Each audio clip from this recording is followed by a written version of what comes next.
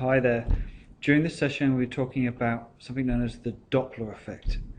Now, the Doppler effect is a wave phenomenon which relates to the perceived change in frequency due to the motion of either the source or the observer.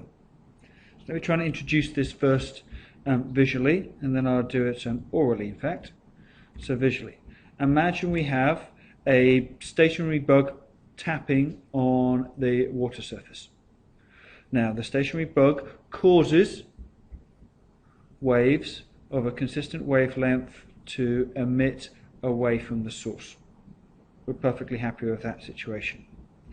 Now, imagine that the bug continues to create those waves, exactly the same frequency, but now is moving away from point A and moving towards point B. Now, as we can see, if we're at point A or at point B, the frequency of the wavelengths would apparently be different. Okay. At point A, we'd see that the frequency of the waves passing point A would increase, as in, the frequency would decrease, the distance between each wavefront would increase, whilst at point B, the frequency of the waves passing would increase and the gap between the wavefronts would be much smaller. So that's the idea of the Doppler effect. That's a visual idea. I'm just going to play you a couple of examples of how you can hear this effect. So my first example is that of an airplane flying by.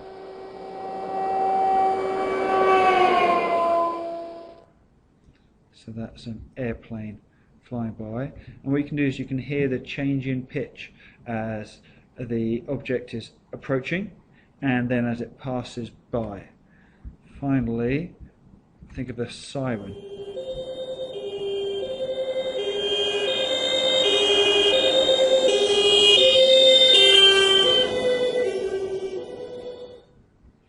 Now, in both those examples, you should be able to hear how the frequency of the sound changes as the source is approaching a point and as the source moves away. So let's think about this in a more mathematical sense now. Okay. So this is what we're imagining here. The sound of the Doppler effect can be seen with if we have an observer in front of an object moving towards them. We have a smaller wavelength and higher frequency. And if the person has the object moving away from them, there'll be a longer wavelength and a lower frequency. The equations involved. Now, if you're moving towards the source, what we have here is frequency dash is the new frequency. And what that relates to is the original frequency of the sound multiplied by the velocity of the wave divided by the velocity of the wave minus the velocity of the source. So that's the frequency which, as we see, will get higher. If the source is moving away, the frequency is going to get lower. So in this situation we have similar values, but instead of a positive value, instead of a negative value, we have a positive value. So we see that it's frequency of the source multiplied by the velocity of the wave divided by the sum of the velocity of the wave and the velocity of the source. That's for sources moving. We can also have situations where the observer is moving. So if the observer is moving towards a stationary object, what happens is the observer's motion causes a perceived change in frequency. In this case, we'll have the velocity of the observer and the velocity of the wave. And so we have the frequency which is perceived is equal to the frequency of the original source multiplied by 1 plus the velocity of the observer divided by the velocity of the wave itself. And in this case, and what we'll get is a larger frequency, a higher frequency. If we're moving away, we're going to get a lower frequency.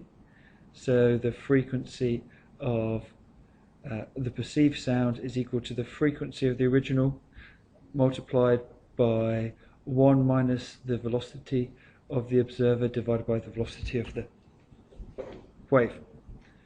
Now, there's a bunch of formulas there. Thankfully, the IB have simplified things, so there's some formulas which you don't need to remember but are available to you. From the IB data worksheet, we have the frequency perceived for a moving source and a moving observer. And you can see that subtle difference here is the thing you have to be aware of is the plus and minus sign. Okay? So you need to be thinking about, should the frequency be getting bigger or getting smaller? Getting bigger or getting smaller? And that's the processing you need, the one bit of thinking you need to do. So here's an example for you. A car is moving at a speed of 34 meters per second towards a stationary source of sound emitting a note of a constant frequency of 5.0 kilohertz. What frequency will be observed by the people in the car? The speed of sound in air is 340 meters per second. So the observer is moving and the source is stationary, so we're going to be using this formula.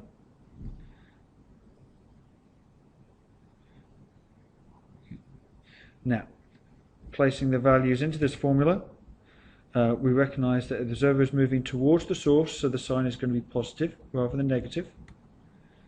So that gives me an increased frequency and gives me a value of 5,500 hertz.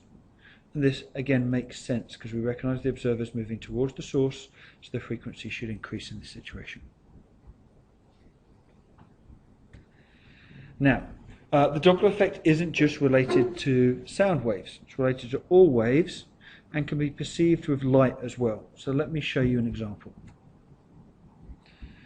If we look at the absorption lines from a star, so these absorption lines should be related to the emission lines which we're able to recognize and identify in the lab.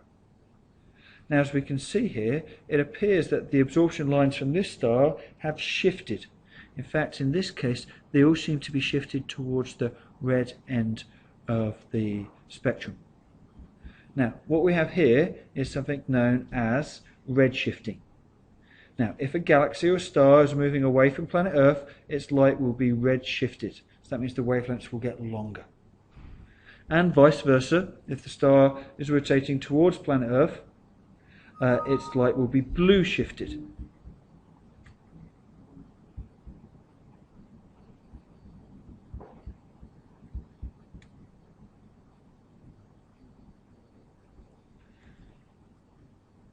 So, if a star is rotating towards planet Earth, its light will be blue shifted. So that means that that change in frequency will be going in the other direction. Again, this can be calculated. It can be calculated quite usefully.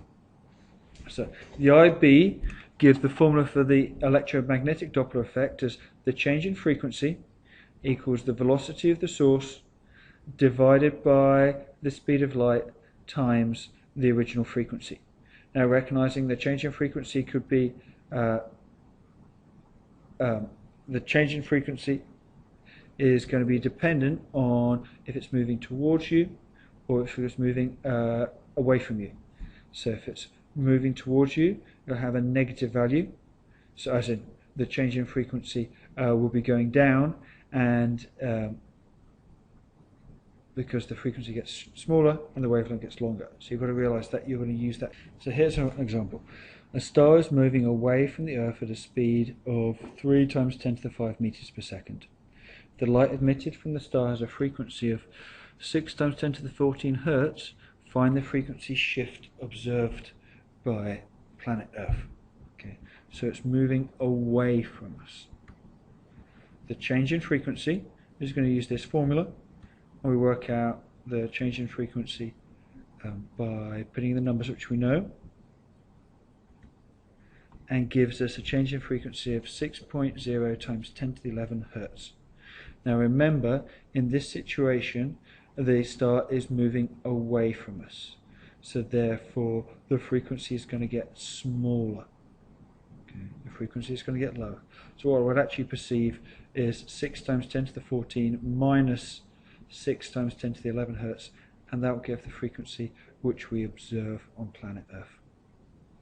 Hopefully that gives you a full picture of the Doppler shift.